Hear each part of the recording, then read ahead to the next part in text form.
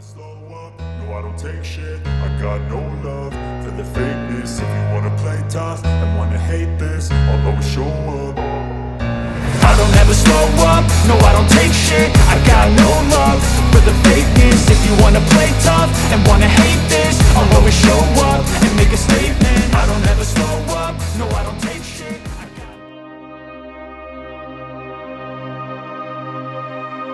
Campur tangan Mataram menuju polemik dan kemunduran Kerajaan Cirebon.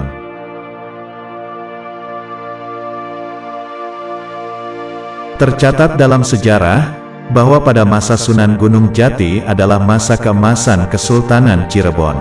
Petuah, Pengaruh dan Jejak-jejak Wali di Tanah Jawa, adalah sebuah buku yang secara spesifik menjelaskan Sunan Gunung Jati adalah sosok yang menjadi pembeda di antara Dewan Wali lainnya. Sebab dua kedudukan yang melekat pada Sunan Gunung Jati yang tidak dimiliki oleh Dewan Wali Songo lainnya, yaitu sebagai umaroh sekaligus ulama, merupakan modal pembeda dan mampu menjadikan Cirebon berada di puncak kejayaannya. Lalu bagaimana legasi yang ditinggalkan Sunan Gunung Jati? Adakah seperti dirinya?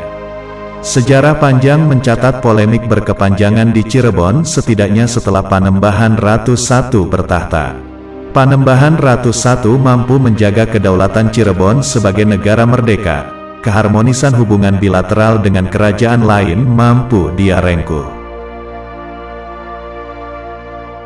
Hanya saja satu peristiwa yang tentunya membawa perubahan besar pada kedudukan Cirebon, yakni saat cucu dari Panembahan Ratu I, yaitu Pangeran Girilaya bertahta secara terbuka, dan Mataram nampaknya mencoba menaruh pengaruh kepada Cirebon. Dalam banyak catatan sejarah, misalnya dalam buku Jaringan Ulama Cirebon, Keraton, Pesantren dan Tarekat, menuliskan ambisi Sultan Amangkurat I, tahun 1646 sampai tahun 1677, dengan menikahkan putrinya dengan Pangeran Girilaya. Bukan tanpa sebab, politik tetap berjalan karena dukungan ambisi ingin menguasai Pulau Jawa sebagai penguasa tunggal.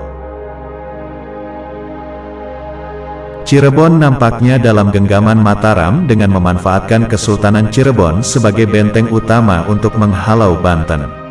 Dalam buku Islamic Traditional of Cirebon, berpandangan bahwa Pangeran Girilaya atau yang bergelar Panembahan Ratu II, sudah tidak bisa membawa Cirebon dalam mendapatkan penghormatan Mataram. Bukan tanpa sebab, secara geonologis saja Panembahan Girilaya sudah berbeda dengan para pendahulunya yang memang alim dan ahli beragama. Ambisi Amangkurat I sudah tidak dapat terbendung lagi. Ia memperalat Panembahan Girilaya untuk datang ke Mataram menghadap kepadanya. Kedua pangeran Cirebon juga turut serta yaitu Martawijaya dan Kartawijaya menemani sang ayah ke Mataram, untuk menghadiri acara khusus yang diadakan Sultan Mataram itu. Tetapi terjadi sebuah kegaduhan yang tidak diduga oleh rombongan dari Cirebon. Saat menghadiri acara tersebut, membuat Pangeran Girilaya dan kedua anaknya itu ditangkap oleh Kerajaan Mataram. Pada tahun 1662, Sultan Cirebon Panembahan Girilaya menghembuskan nafas terakhirnya dalam kondisi menjadi tahanan Mataram. Wafatnya Panembahan Girilaya membuat Kesultanan Cirebon mengalami kekosongan pemimpin.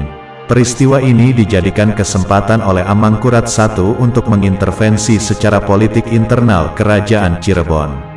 Dari sinilah Kesultanan Cirebon mengalami konflik yang seakan tiada hentinya, hingga ikut campurnya kolonial pada tahun 1681 yang termuat dalam Perjanjian Internasional Cirebon dengan Belanda. Dengan segala kerendahan hati, jika ada perbedaan versi mohon dimaafkan, baiknya ini dijadikan bahan rujukan sehingga kita bisa mengambil hikmah dari kisah ini. Semoga informasi ini bermanfaat untuk kita semua.